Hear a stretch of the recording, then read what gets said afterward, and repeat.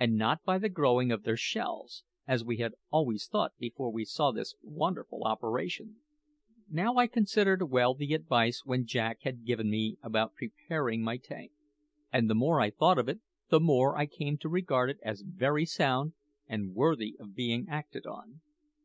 So I forthwith put his plan in execution, and found it to answer excellently well, indeed much beyond my expectation, for I found that after a little experience had taught me the proper proportion of seaweed and animals to put into a certain amount of water, the tank needed no further attendance; and moreover, I did not require ever afterwards to renew or change the sea water, but only to add a very little fresh water from the brook now and then as the other evaporated.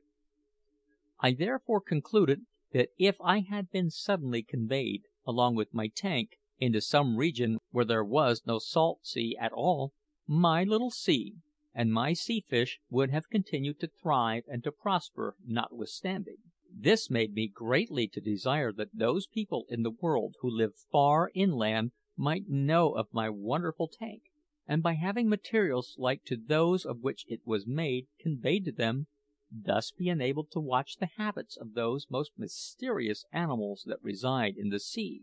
and examine with their own eyes the wonders of the great deep. For many days after this, while Peterkin and Jack were busily employed in building a little boat out of the curious natural planks of the chestnut tree,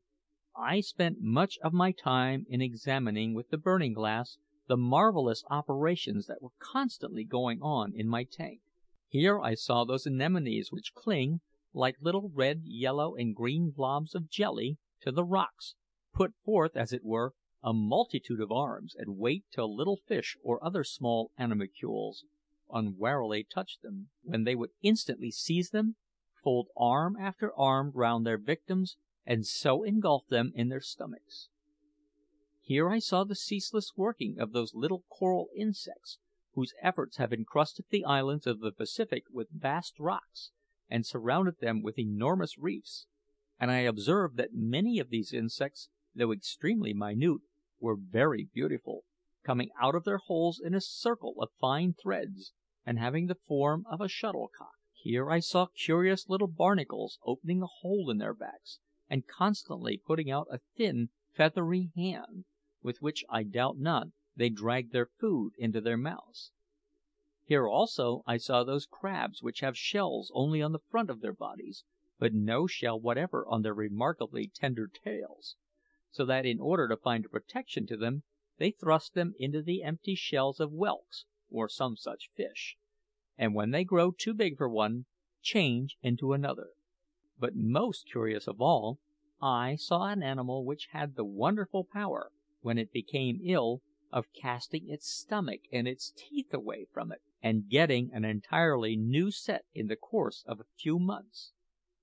All this I saw, and a great deal more, by means of my tank and my burning glass;